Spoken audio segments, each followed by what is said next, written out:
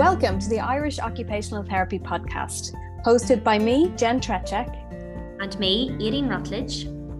This podcast is dedicated to exploring the world of occupational therapy, sharing the latest research and techniques and providing insights into the many ways that occupational therapy can help people of all ages live more fulfilling and meaningful lives. Whether you are a practicing occupational therapist, a student of occupational therapy, or simply curious about this fascinating field, this podcast is for you. We'll be interviewing experts in the field, sharing stories from the front lines of occupational therapy practice, and providing tips and advice for anyone looking to get the most out of their therapy. So sit back, relax, and join us on this exciting journey into the world of occupational therapy in Ireland. Today we meet with Sarah Devlin, a special needs teacher and member of a senior management team in a Dublin-based school. Sarah is an advocate for a universal approach within schools. She provides valuable insights into how occupational therapists, educational staff, and parents can work together to meet the diverse needs of students within the classroom environment. Sarah also gives us honest and constructive feedback into what teachers need from occupational therapists supporting school-aged young people. She shares exciting innovations which her school is trialling at the moment. A very warm welcome to Sarah Devlin, specialist teacher on the Irish Occupational Therapy podcast. I feel very lucky to have worked with Sarah in the past. We worked together in Middletown Centre for Autism for a period of 7 years. Sarah's one of those people who, when you spend a bit of time with, you come away full of knowledge and ideas and inspiration. So no pressure, Sarah. Poor Sarah's in a puddle on the floor here. Yes, it's just scooping me back together. But no, thanks so much for inviting me along. It's a super idea, and I'm delighted to contribute in any way that I can. Hopefully there'll be one or two little nuggets of information that people can take from it. So yeah, we'll see how it goes. Great, Sarah. Sarah, we're going to start off just with your journey in becoming a specialist teacher. Why did you choose to work with children and autistic children in particular? Quite a question. So I guess when I finished up my my undergrad degree in psychology, I didn't know much at all about the path I wanted to take, other than, of course, I didn't want the college bit to end. I absolutely loved it, and I loved Maynooth especially. But I did know I wanted to work with children and in a clinical field. So I just wasn't sure how that would come together, or if it would come together. But turns out that's really all I needed to know, and just to be open and flexible in whatever opportunities that came along. So it started out, I was at home in Monaghan, and there was an advert in the paper, the Independent, like it was back, I think 20 years ago, I'm ashamed to say. But there was a school in Kildare. It was a designated school for autistic children. They were looking for a tutor. I wasn't overly familiar with the location. That was, where in the world is this? And of course I didn't drive at the time, but my dad, being a guard, he called up the local station in Maynooth and found out all about it and figured out that it was fine, and we could work it out. So I did the interview. I love your dad doing background checks before you go anywhere. It was already before we even started. But yeah, the rest is history. I absolutely loved working in that school. The children were so fun, and no day was ever the same. Super interesting, and I just became fascinated with the whole field, and just how different all of the children were, and their different strengths and learning differences, and of course things that were hard for them, and how we could best support them. And I guess at that time we were lucky there was so much money in the country. Like in the early 2000s, like we had a fairly sizable consultancy budget, and we had lots of, I guess, leaders in the field coming over from the States to train and support us on the ground. So from very early on, I kind of got that whole idea of multidisciplinary working. So we had like speech and language pathologists from the States, we had specialist teachers come over, behavior analysts, and occupational therapy as well. But to be honest, at that time, I knew little or nothing, mostly about occupational therapy, I would say.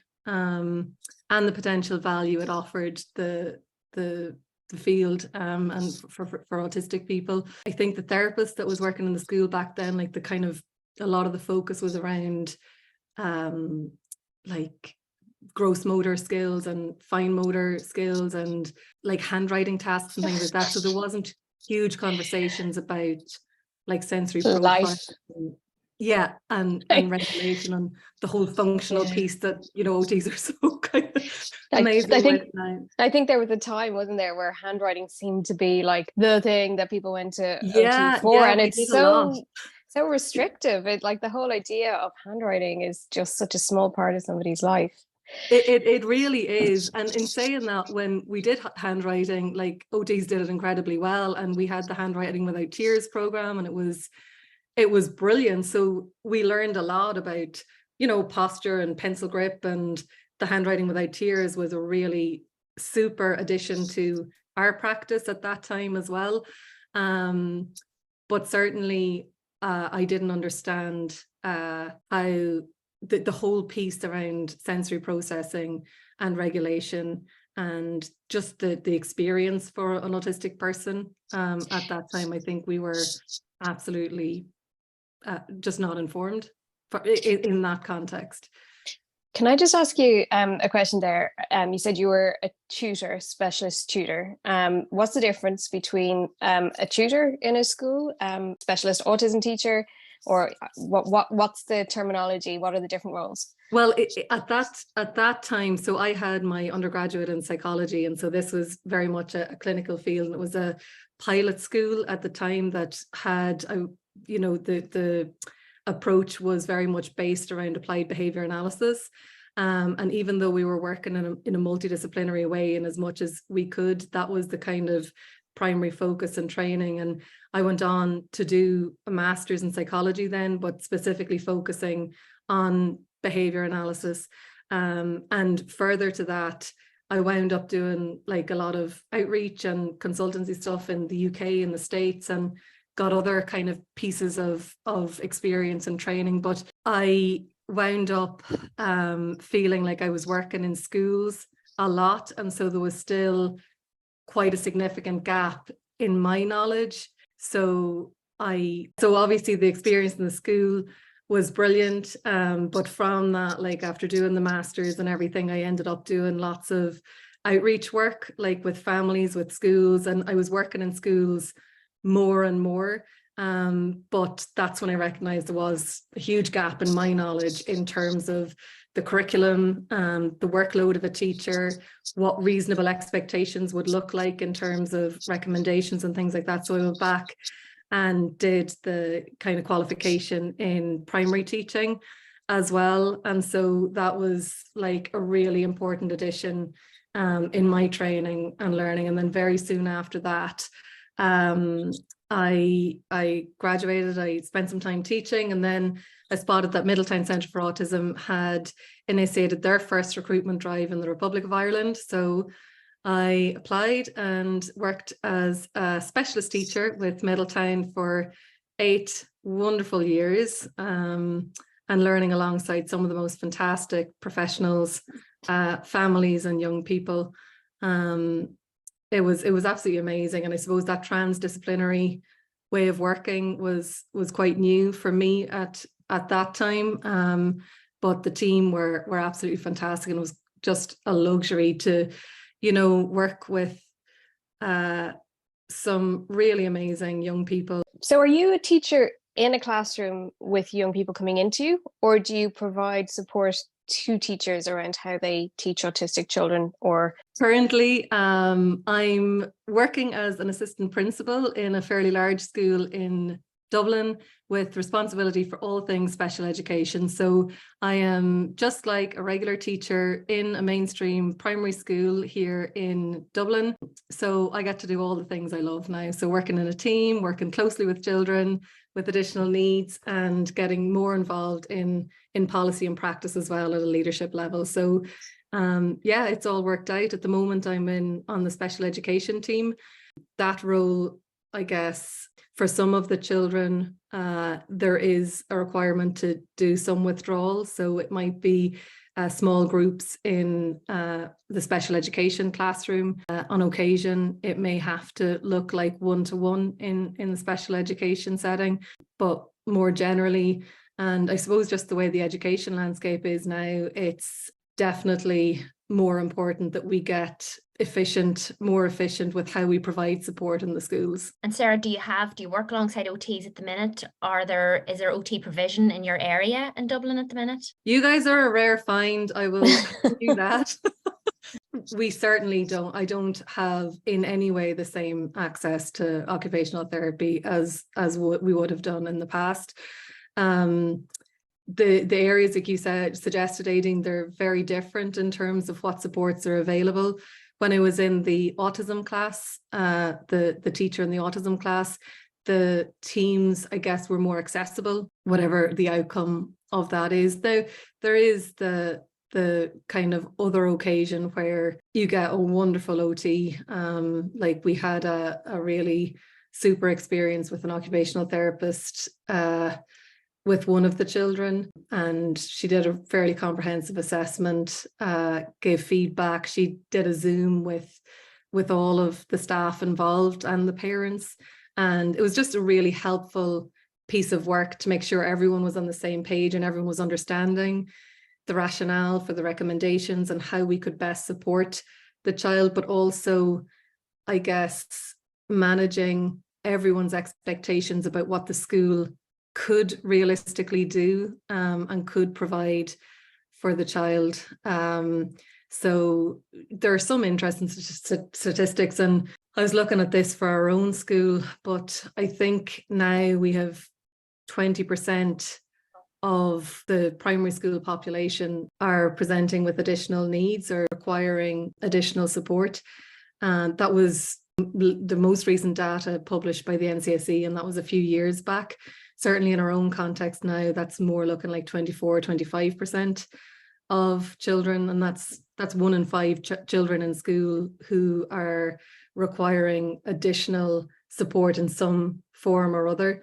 And so I think that's something that's important for everybody to be mindful of in terms of making recommendations and providing support to schools. It's incredibly challenging to navigate that at the moment for all schools, I would say. We as occupational therapists visiting schools, working in schools, we want advice from you as teachers. What can we do to collaborate with you in the most effective way to provide the best service for the students in your school? It's a tricky one, and I guess it's not just for occupational therapy, but for ourselves in schools. Like, how can our special education team be more efficient? How can NEPs be more efficient? Because I think the idea or the model of individualized support is just really, really difficult in terms of capacity to provide that at the moment.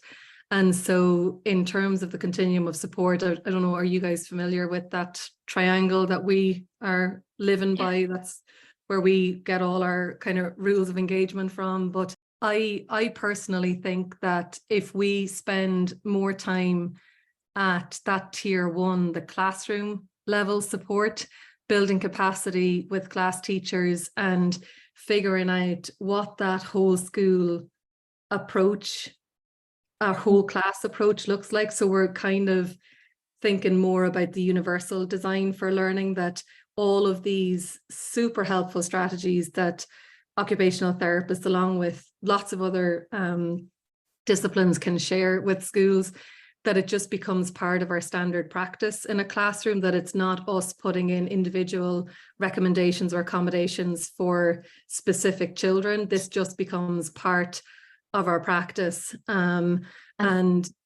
that's realistic, Sarah, I suppose. And when you think about the growing numbers that you talked about there, the stats, so we do.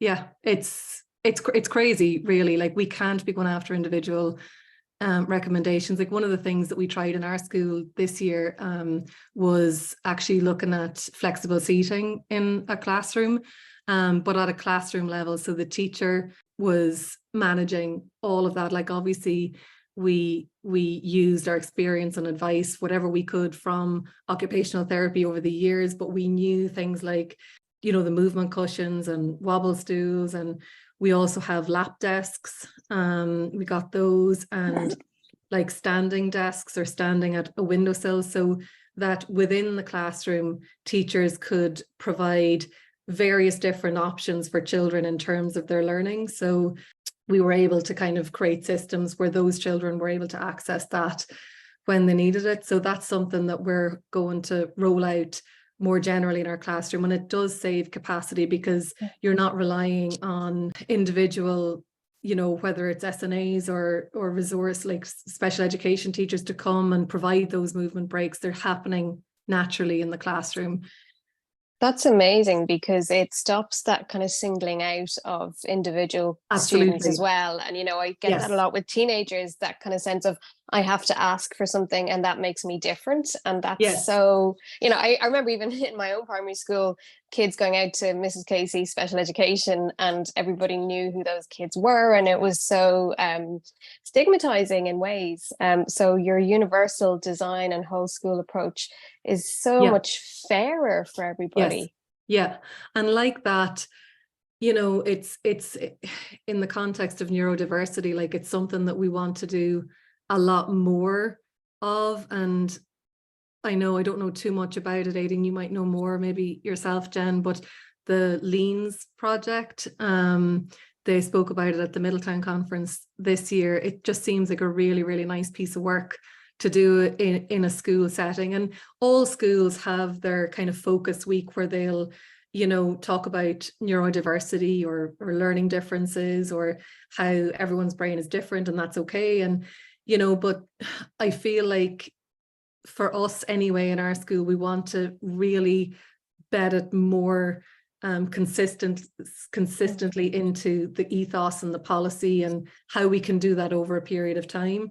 The Leans project, just for context for any listeners, it's a project that was originated in Scotland, and it's a primary-based project that tried really to increase the peer awareness around neurodiversity.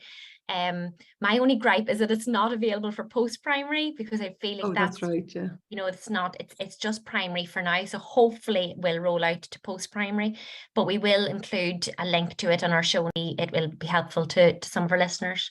Yeah, and even on kind of trying to get to work smarter within the schools, occupational therapy, like there are so many super programs that have come from the field. Like one of the pieces of work that I feel quite strongly about is emotion coaching and emotional literacy, and teaching that consistently across the school, or at least identifying a common language within the school of how we describe those experiences for children. And so the zones of regulation, I know, is a go-to for a lot of schools, and obviously we try and complement that and modify it where needed, but it's certainly one of the programs that's helpful, not just for children, but also to give the adults or the teachers a language around describing, if a child is having a particularly difficult day and they're in the red zone, that's okay, and everyone is acknowledging that it's okay to experience all of these things, but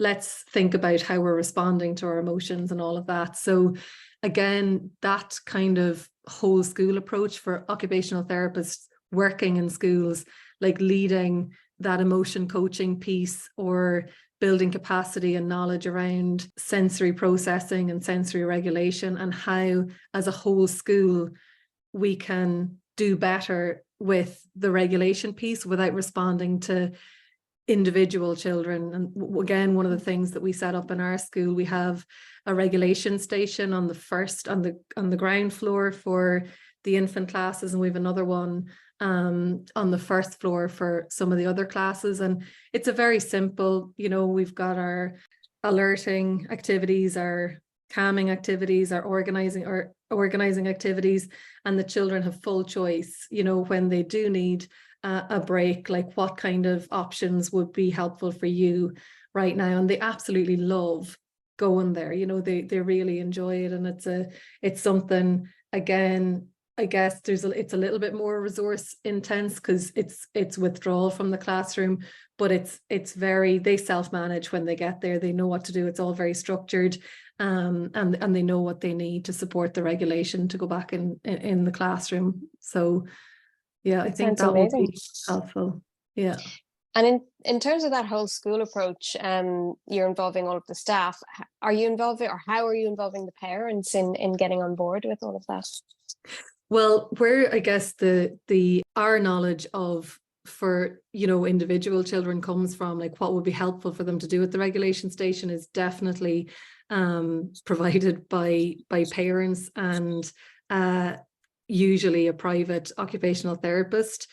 There's like, absolutely, parents have more knowledge than we ever could try to attain ourselves from just observation. And so through the way the processes are set up in school, like we'd have fairly regular meetings. Like you have your standard school support meetings where you discuss the targets for the year and what parents feel are important, and you do a review meeting, and you have an end of term kind of close down as well, like before the summer. But informally, like across the whole year, there's always kind of regular communication with parents, because some of the children who are accessing more support, like at that school support plus level, it's just so important that we're aware of what's happening for them in their daily lives, like how they are in the morning, where what their state of regulation is, like has something happened to kind of draw on their energy that day, and then we're able to kind of make any kind of modifications or changes to whether it's a timetable or to reduce demands or whatever it might be. But we're absolutely relying on parents for that information. So there's ongoing communication, and for some of the children you would have a very specific communication system, whether that be digitally, like on Class Dojo, or Google Classroom or Google Docs, or whatever the system, the agreed system is. It's in real time you're receiving kind of information quite regularly about the children. And Sarah, is communication the best piece of advice you would give for any parents listening who want to ensure that their child is having the best experience at school? Absolutely. Absolutely. I think certainly from my experience with Middletown, that was one of the things I think we had the benefit of, that we were able to work in both settings. Like we were at home and in school, and we were supporting everyone, like parents, the young person, and school staff. And that's one thing I think that I would always try and prioritize as a teacher, is establishing that relationship and like building that relationship with parents and with children, so that you're creating a space for really open and honest dialogue, and that nobody is feeling judged or blamed, or that that one context is more responsible for the other for whatever concerns might be happening at any given point in time. It's super important. Like you always get the absolute best kind of outcomes when it comes to children and their success in school, when everyone is working together, for sure. And I think not taking anything for granted as well. If a child hasn't slept well, hasn't had breakfast, those are the foundations, aren't they? Yes. No one kind of information, Yeah. Your expectations. Yeah.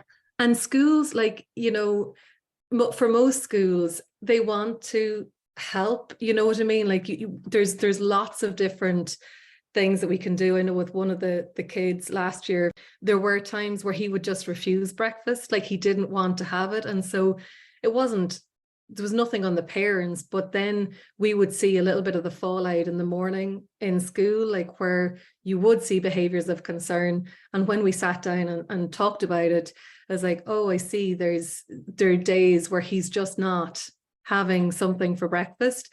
And so we agreed that he would take an additional little snack bag. Like he would just have like an optional morning snack bag different to his lunch. So he wouldn't like to kind of confuse the lunchtime thing, but he just had like an additional snack bag option. And within his timetable, there was a consistent time in the morning where he would always be offered, do you feel like having your snack now? And it was something as simple as that just supported him to do so much better, more consistently in school. And so that's exactly it. Same with sleep. And we can support parents, I guess, in trying to advocate for additional supports and services if that's what's needed. Sarah, could you share with us an example or a success story that you have from working alongside an occupational therapist and the difference that it made to a child's life? There are lots. Some of the best examples, I think, have come from when I worked in Middletown, because we had such access to both the occupational therapists on the team and also the primary care services like occupational therapy within those services as well. And that's, I guess, why everyone just loved the work so much, because you really felt like you were making very significant differences to the quality of life for so many young people. But for this purpose, I don't know, I feel like that's a bit of a luxury example. I did mention working with an occupational therapist before. And again, one of our infant pupils comes to mind, one of the little guys that came into our school last year, and he had no diagnosis, but of course he's on a multitude of wait lists for that. He had a very difficult time settling into school between that period, like the transition from preschool and the period between like September and Christmas was super challenging for everybody, for him, for his family. There were lots of behaviors of concern. He just wasn't a happy boy in school at all. Lots of noted differences in social communication, sensory processing, how he learned, motor skills, everything was quite difficult. But he was the best little guy. Like, he was, you know, at times just so full of joy, and, you know, loved kind of getting out and about and meeting everyone around the school and all of that. But we really needed to figure out how we were going to support him to learn and to access the curriculum and to follow that kind of classroom agenda that's obviously an expectation in school. But some of the things that we could see were, like, he was always take his shoes off, like whether it was in the class or outside of the class, running from the classroom, chewing on pencils and anything he could get his hands on in the class, really, crashing into people and into things, covering his ears, and quite distressed at yard time. During transitions, he would usually just, he'd like, you know, if I was taking him from his classroom to the special education setting, he'd always like run his hands along the wall of the corridors, or, you know, those crinkly borders on the notice boards. He would always be doing things like that, and tons of challenges around writing tasks and all of that. So I suppose I was in the lucky position where I could see that a lot of those behaviours of concern were related to his regulation, and there were lots and lots of strategies available to support him. So we were able to, myself as his special education teacher, along with his S&A and class teacher, were able to put some of the basic things in place, like we had visual timetable and very carefully planned sequence of activities for him. What else do we do? Like facilitated opportunities for movement breaks, like both within the classroom and outside of the classroom. He had a little workstation set up inside the classroom, which was really helpful for just organizing his time, and it was very regulating activity for him as well. It's very predictable, and we did use a lot of, you know, little work systems in different environments to better support his organization. Things like, you know, giving him or offering him like headphones to learn in a different way throughout the day as well, that it wasn't all in class and expecting all of this. And so we put quite a bit in place, or at least we thought we had, and then this absolutely fabulous OT came on board, and she did a fairly thorough assessment and provided a really comprehensive report to parents and us in the school as well. It was just super because, you know, we had some understanding of what was going on for him, and we certainly weren't interpreting any of this as a behavioral issue, or we weren't using any traditional kind of methods in terms of trying to get him to wear his shoes without trying to facilitate that input for him. But the OT was just so clear in her advice. And I think from a school's perspective, when you truly understand why a child is experiencing what they're experiencing or how they're experiencing the environment, everyone is so much more invested in the systems and the recommendations and the suggestions. And so she was just, you know, really great at, you know, what we could do in terms of the pre-writing activities, like building, like I think there was like a 4-week therapy program to develop hand strength and his ability to control his finger strength. She supported his parents around his diet. So again, there were a lot of recommendations that we could incidentally do within his routines in school that didn't warrant all of the extra kind of one-to-one withdrawal. So he had much more, like, you know, the chewy foods for his lunch.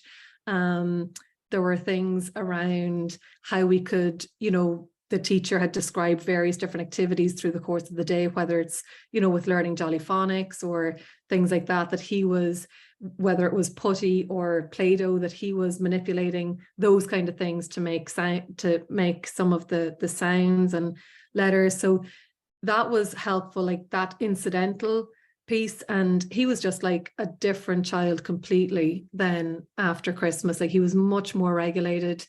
We all understood what he needed.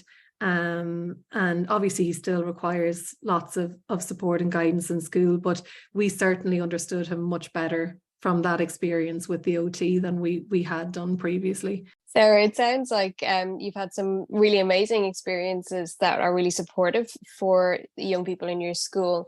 But sometimes as OTs, we don't always get it right.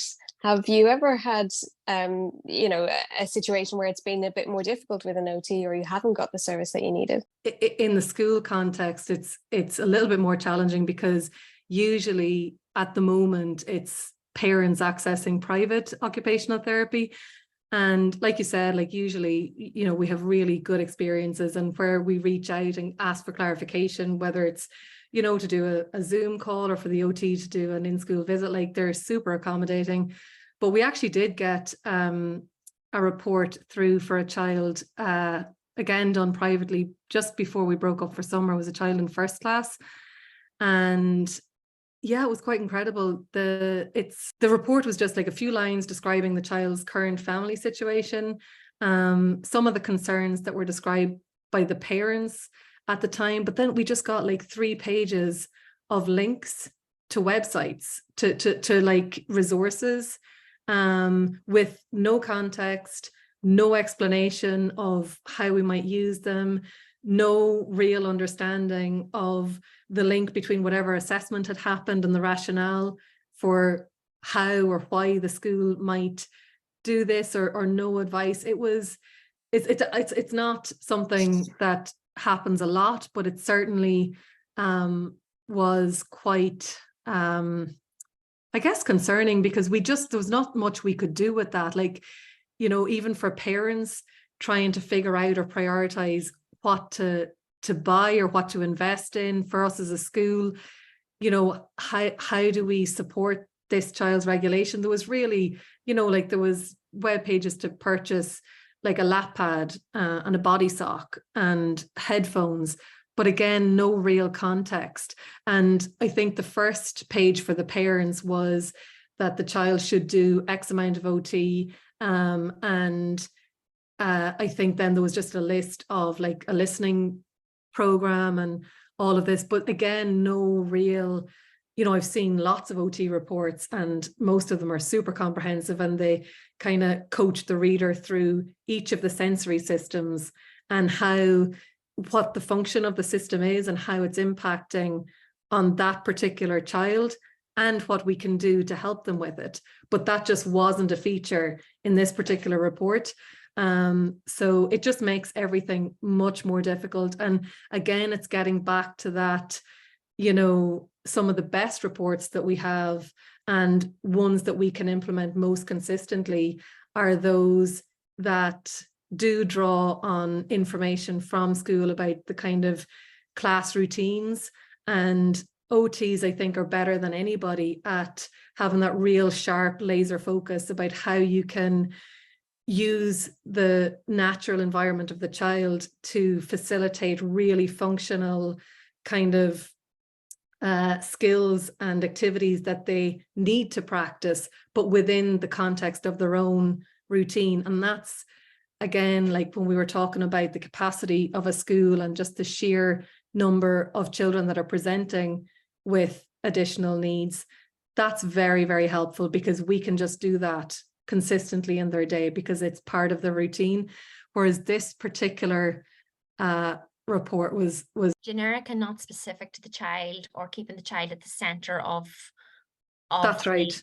Yeah. And adults. Yeah. And we do get, like, you know, when you talk about generic, we do get some reports that are incredibly general, not just from OT, but you know, some from psychiatry, if it's a diagnostic report for ADHD or something like that, and very general recommendations that really aren't appropriate to the age of the child. And, you know, like, I don't know if I've described sufficiently the challenges that are faced by all schools at the moment in terms of providing the right support at the right time to the children who need it. So from a school's perspective, we certainly need, you know, really sharp kind of supportive recommendations that we can implement consistently. And even, you know, within the reports, prioritizing, like, if you do only have this time with the child, this is what I would prioritize in school. This is the most important thing that you could do, like having that highlighted in a report. Schools don't have a huge amount of budget or money. So again, and I think most OTs are brilliant at this actually, where they're very considerate about how to use the environment to facilitate lots of the recommendations, as opposed to expecting, whether it be parents or school, to go out and get tons of, you know, new fancy equipment. Sarah, this has been so insightful for occupational therapists, I'm sure for parents listening, but also for other teachers as well. I've certainly learned a lot from listening to you today, yet again. Thank you so much for giving us your time. No, you're very welcome. Thanks. That's all for today's episode on the Irish Occupational Therapy podcast. We hope you enjoyed our discussion and found it informative and engaging. If you've any questions or comments, we would love to hear from you. You can email us at irishotpodcast@gmail.com or connect on Instagram or Facebook. And remember to subscribe to our podcast so that you never miss an episode. If you found this episode helpful, please leave us a review on your preferred podcast platform. Your feedback is important and helps us to improve the show, so please do leave it. Thank you for listening to the Irish Occupational Therapy podcast, hosted by myself, Jen Trechak. And myself, Aileen Rutledge. We look forward to sharing more insights and knowledge with you in future episodes. Until then, take care.